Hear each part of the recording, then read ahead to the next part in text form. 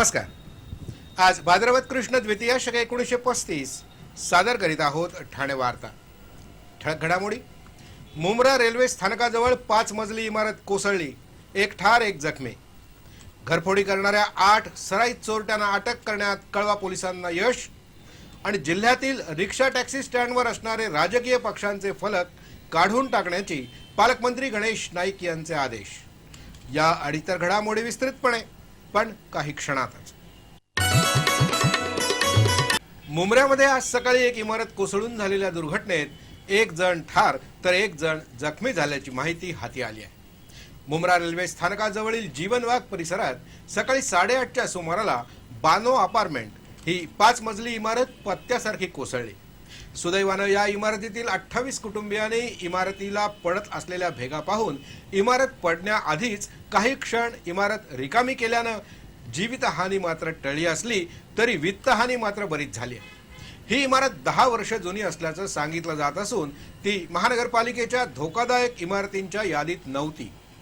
Mumbra railway स्थानकासमोरील जीवनबाग परिसरात 5 इमारतींचं Bano complex अतिशय चिंचोळ्या जागेत वसलंय। त्यातील क्रमांक 5 ची इमारत सकाळी जमीनदोस्त झाली। रात्रीपासूनच या इमारतीचं प्लास्टर आणि छत निखळू लागल्यानं रहिवासी सतर्क झाले। सकाळी 28 कुटुंबातल्या 128 रहिवाशांनी इमारत रिकामी केली, त्यामुळे अनेकांचा जीव वाचलाय। आतापर्यंत आलेल्या माहितीनुसार या इमारत दुर्घटनेत हनीफ काझी यांचा मृत्यू झालाय, तर समीरा काझी यांना जखमी अवस्थेत बाहेर काढण्यात यश आलंय।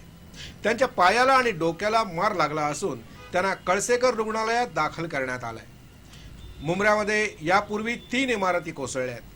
लकी कंपाऊंड मधील इमारत कोसळून 75 जणांचा बळी गेला होता, तर मुंब्रा रेल्वे स्थानकासमोर झालेल्या इमारत दुर्घटनेत 10 जणांचा बळी गेला होता। सध्या अग्निशमन दल, पोलीस आणि महानगरपालिकेच्या आपत्कालीन पथक दुर्घटनाग्रस्त इमारतीत अडकलेल्या व्यक्तींचा शोध घेण्याचं काम करत आहे। जिल्ह्यातील रिक्षा टॅक्सी स्टँडवर असणारे राजकीय पक्षांचे फलक काढून टाकण्याचे आदेश पालकमंत्री गणेश नाईक यांनी दिलेत। जिल्ह्यातील रस्ते तसंच टोल याबाबत नागरिकांच्या तक्रारीच्या अनुषंगानं आयोजित केलेल्या बैठकीत गणेश नाईक यांनी हे आदेश दिलेत। जिल्ह्यातील सर्व रिक्षा टॅक्सी स्टँडवरील राजकीय पक्षांच्या नेत्यांचे फोटो, बॅनर तसंच राजकीय झेंडे असतील तर ते त्वरित काढून टाकावेत आणि त्या ठिकाणी फक्त रिक्षा अथवा टॅक्सी स्टँड असा फलक लावावा। या आदेशाची तात्काळ कार्यवाही करावी असे आदेश देखील पालकमंत्र्यांनी परिवहन अधिकाऱ्यांना दिलेत। या संदर्भात कारवाई करताना काही अडचणी आल्यास त्यांनी संबंधित ठिकाणच्या रिक्षा टॅक्सी स्टँडच्या फोटोसह आपल्याकडे तक्रार करावी अशी सूचना देखील त्यांनी यावेळी केली। नागरिकांनी टोल दिल्यानंतर त्यांची खड्डे विरहित रस्ते असणं ही अपेक्षा असते। जिल्ह्यातील बहुतांश रस्त्यावर खड्डे असल्यामुळे त्यांचा त्रास नागरिकांनाच होतो, म्हणून या रस्त्यावरील खड्डे तातडीने दुरुस्त करावेत। टोल नाक्याचा परिसर स्वच्छ ठेवावा। टोल नाक्यावर टोल जमा करणाऱ्या कर्मचाऱ्यांना गणवेश द्यावा। टोल नाक्यावरील कर्मचाऱ्यांनी सौजन्यानं वागावं, यासाठी आवश्यक ते प्रशिक्षण देखील संबंधित कंपनीनं त्यांना द्यावं, अशा काही महत्त्वाच्या सूचना देखील पालकमंत्री गणेश नाईक यांनी या बैठकीत केल्या। कळवा पोलिसांनी घरफोडी करणाऱ्या 8 सराईत चोरट्यांना गजाआड केलाय। त्यांच्याकडून तब्बल 28 घरफोडीचे गुन्हे उघडकीस आणले असून 20 तोळे सोन्याचे दागिने हस्तगत करण्यात आले।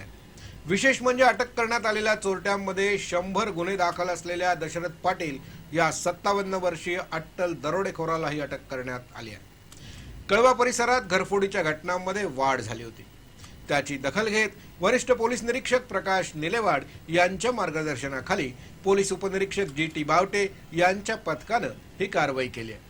या कारवाईत पोलिसांनी सईद शेख, लक्ष्मण पाटील, दशरथ पाटील, लक्ष्मण पवार, रिहान अन्सारी, अब्बास शेख, गणेश महाडिक आणि सोनू द्वार यांना अटक केली।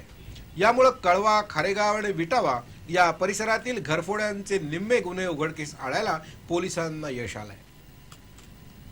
महाराष्ट्र औद्योगिक विकास महामंडळाच्या जागेवरील अनधिकृत झोपड्यांना नागरी सुविधा देऊ नये असं पत्र महामंडळानं महानगरपालिकेला पाठवलं असतानाच नगरसेवकांनी मात्र अशा नागरी सुविधा बंद करायला विरोध दर्शवला।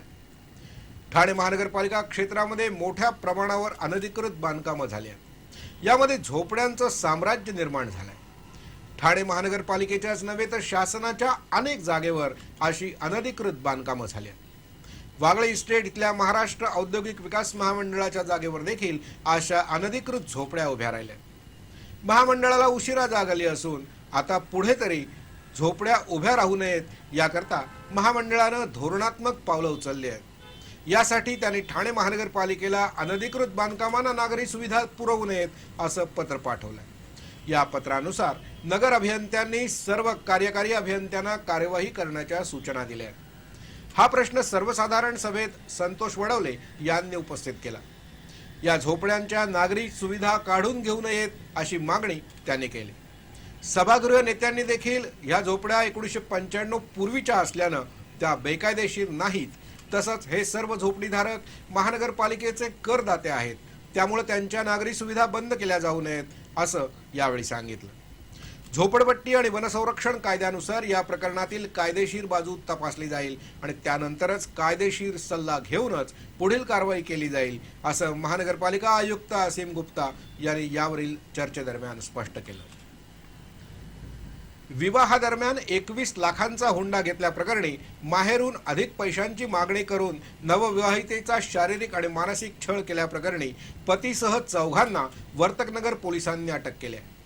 लोकमान्य परिसरातील पाडा नंबर 4 इथला विश्वकर्मा अपार्टमेंटमध्ये राहणाऱ्या साक्षी गुप्ता हिचा विवाह यावर्षी जानेवारीमध्ये डोंबिवलीतील आशिष गुप्ता याच्याशी झाला होता.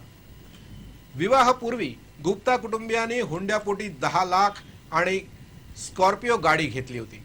तसंच 4.5 लाखांचे सोन्याचे दागिने देखील घेतले होते. पण त्यानंतर देखील आशिष गुप्ता, सासू सरस्वती गुप्ता, सासरे लक्ष्मीनारायण आणि राजनारायण गुप्ता यांनी साक्षीला मानसिक आणि शारीरिक त्रास द्यायला सुरुवात केली. सासरच्या या जाचाला कंटाळून साक्षीनं या चौघांच्या विरोधात वर्तकनगर पोलीस ठाण्यात तक्रार दाखल केली होती. वर्तकनगर पोलिसांनी या चौघांनाही अटक केली आहे.